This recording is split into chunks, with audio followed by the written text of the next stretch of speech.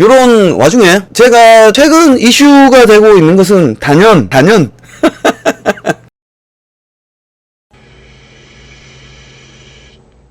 윤석열 고발 사주 의혹이죠. 하지만 이것은 본질이 바뀌고 있다. 박지원 제보 사주 의혹이다. 이 말은 곧 국정원 대선 개입 사건이다 라고 저는 정의를 하겠습니다. 요 방송을 제가 며칠 동안 이어오던 도중에 손준성에 관해서 이제 저랑 다른 의견을 내시는 분들이 많았어요. 물론 여러분들이 그분들이 맞을 수도 있고 제가 틀릴 수도 있습니다. 하지만 제 얘기대로 조금 가고 있는 것이 아닌가 싶습니다. 왜냐면 제가 손준성 검사는 이 고소장을 작성하지 않았다, 전달했을 가능성도 적지 않느냐 하면서 제 매출에 한 짝을 걸었거든. 그래서 속으로 조마조마했어요. 이거 틀리면 어떡하지?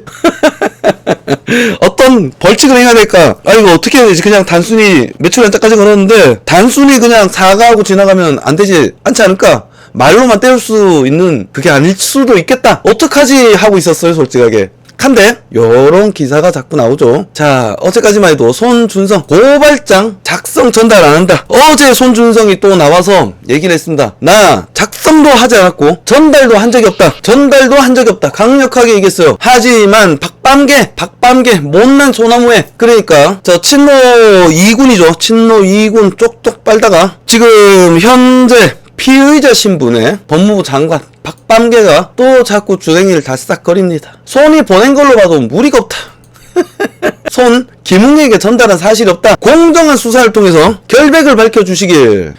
박밤계죠. 수사정보 정책관실이 사건의 핵심이다. 사건의 핵심은 얘가 아니다. 윤석열과 얘랑 연결된 것이 핵심이지. 이 새끼 자꾸 말장난 까고 있어. 그리고 윤석열이 어떤 역할을 했는지 규명해야. 그러니까 아무런 근거도 없고 아무런 정황적 그거 없이 단지 윤석열과 손준성이 가까운 사이다라는 저그들의 심증만으로 지금 피의자 신분으로 발표를 해버리고 수사를 진행하고 있는 거 아니야. 대한민국 수사기관이 요따구로 돌아오고 있다. 야권 박 장관 여당 입장을 대변했다. 그러니까 법무부, 법을 주관하는 곳에 있는 법무부 장관이 여당의 의견을 대변하는 게 말이 되냐 이거예요.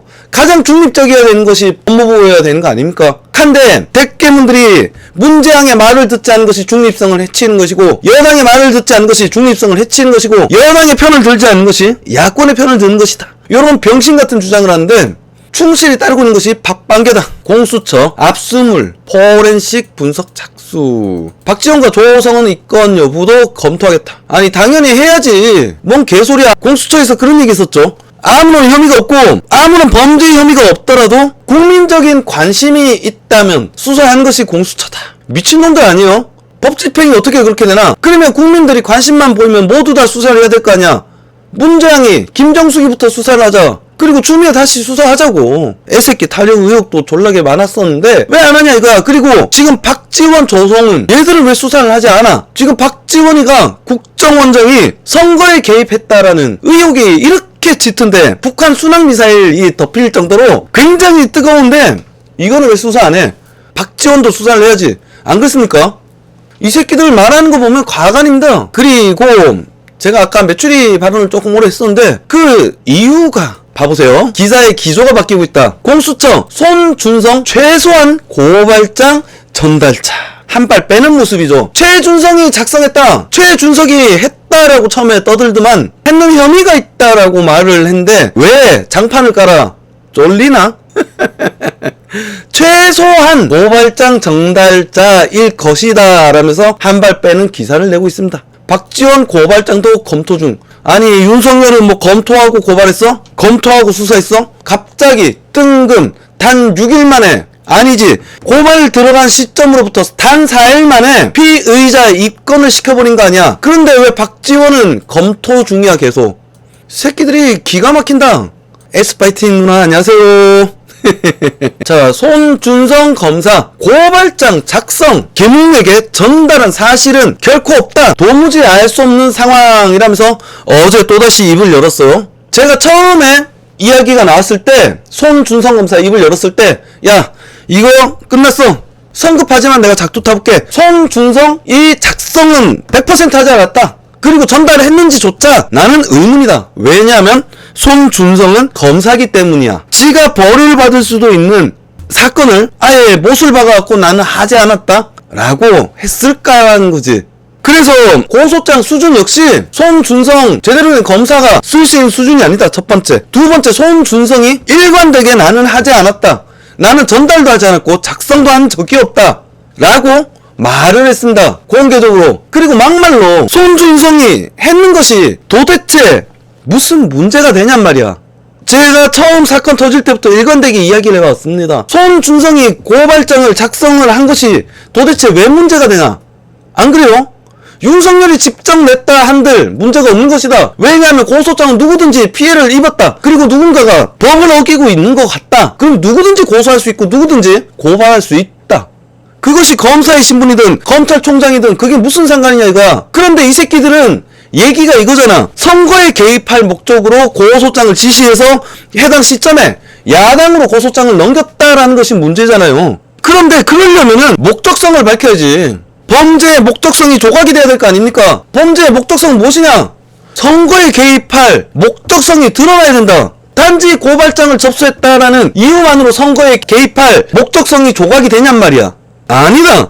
그 목적성이 조각이 되려면은 이렇게 해서 선거에 어떤 이익을 얻을 수 있었다라는 명확한 기준이 있어야 되는 거고 근거가 있어야 되는 거예요. 그리고 그 근거가 되려면은 어떠한 발언을 했다. 그리고 이러한 그 발언에 대한 녹취록이나 문자 이런 것이 드러나야 되는 것이고, 그리고 이 해당 선거에서 명백하게 여권에 해가 될 만하고 야권에 득이 될 만한 그런 중간 근거가 있어야 되는 거잖아. 근데 그런 근거 없이 단지 그 심증만으로 얘들이 선거에 개입할 목적으로 고발장을 작성을 해서 다 하나하나 전부 다 얘들의 뇌피셜이잖아. 선거의 첫 번째, 선거에 개입할 목적. 선거에 개입할 목적에 왜 윤석열 가족의 불법 여부 죄송해요. 윤석열 가족의 불법 여부를 다시 여론화할 필요성이 필요했느냐. 오히려 야당의 정당성만 높여주는 그러한 문건이 도대체 왜 들어가 있냐. 이게 첫 번째야. 그리고 두 번째는 윤석열이 지시했다. 윤석열이 지시한 근거는 어디에도 없어요. 기조? 그런데 왜 윤석열이 피해자가 돼야 되냔 말이지. 모든 정황이 뇌피셜이잖아. 에스파이팅님이 지그들끼리 피 터지게 싸워야 할 텐데요. 저도 그렇게 생각합니다. 곧 팝콘이 터질 것이다. 며칠 전부터 계속 이야기를 했었죠. 곧 팝콘이 터질 것이다. 이번에 지방 다녀오고 피로가 좀 누적이 됐나봐요. 목이 계속 갈라지네. 피곤하고 이런 말이 왠지 하면서 어버버하고 목이 자꾸 갈라지더라고요. 자, 조금 더 보면은 짜잔, 고발사주 스모킹건을 못 찾았다. 뭔 스모킹건? 까는 소리 하지 말고 그냥 근거를 못 찾았다 얘기하기 민망하니까 스모킹건이라고 표현하는 겁니다. 무슨 대검 주댕에서 나오는 말이라고 할 수 있겠습니까? 무엇보다 중립성을 지녀야 되는 대검에서 스모킹건 어떤 핵심 증거라는 이야기인데, 저 새끼가 범인 같은데 얘를 범인이라고 조질 수 있는 근거를 스모킹건이라고 부르잖아요. 그런데 이거는 마치 윤석열이 범죄를 저질렀다라고 확신을 한 상태에서, 혹은 이 기사를 읽는 국민들이 마치 윤석열이 범죄를 저질렀다고 착각하게 할 목적으로 스모킹건이라는 단어를 쓴 거 아니야. 법에 관련된 수사기관이, 누구보다 중립적이어야 될 수사기관이 왜 이따구 그지같은 단어를 선별해서 쓰냔 말이지. 그냥 근거를 못 찾았다 해야지. 안 그렇습니까? 공수처도 마찬가지입니다. 지금까지 누가 고발당했다 해서 피의자라고 발표한 적이 있습니까? 왜냐하면 아까와 같은 맥락이다. 수사기관은 중립성을 반드시 지켜야 된다. 중립성을 지키지 않으면 수사기관의 수사 신뢰도가 떨어지기 때문이에요. 그렇기 때문에 누가 고소를 받고 고발을 당하더라도 피의자라고 얘기하지 않아요. 왜냐하면 피의자라는 어감 자체가 이 사람의 어떤 범죄 사실을 느끼게끔 만들기 때문에. 그리고 입건, 피의자 입건이라는 얘기를 썼어요. 입건은 그냥 이 건수가 들어왔다, 고발이 접수됐다고 보통 이야기합니다. 피고발인이라고도 잘 말하지 않아. 그런데 피고발인은 그나마 말을 하지만 그것도 빈도가 적다. 그런데 피고발인, 고소장이 접수됐다, 이것도 아니라 피의자다, 윤석열 피의자 신분으로 전환, 입건했다. 말장난 까는 거지. 중립적이어야 될 수사기관이 이따로 말장난을 까고 있다. 그래서 요거를 다시 이야기를 하자면은 고발사주에 어떠한 근거조차 못 찾았다 이거야. 살살 흘려도 모자랄 판에 이 새끼들이. 왜냐면 쪽팔리잖아. 고발장 누가 썼나? 진상규명 첩첩상중. 그렇다면 앞에 얘기랑 일관성이 있어지는 거죠. 손준성 검사가 고발장을 작성하고 김웅에게 전달한 사실이 결코 없다라는데 고발 사주의 근거를 찾지 못했다. 없다. 기조. 제가 매출이 한쪽을 안 날려도 되겠다.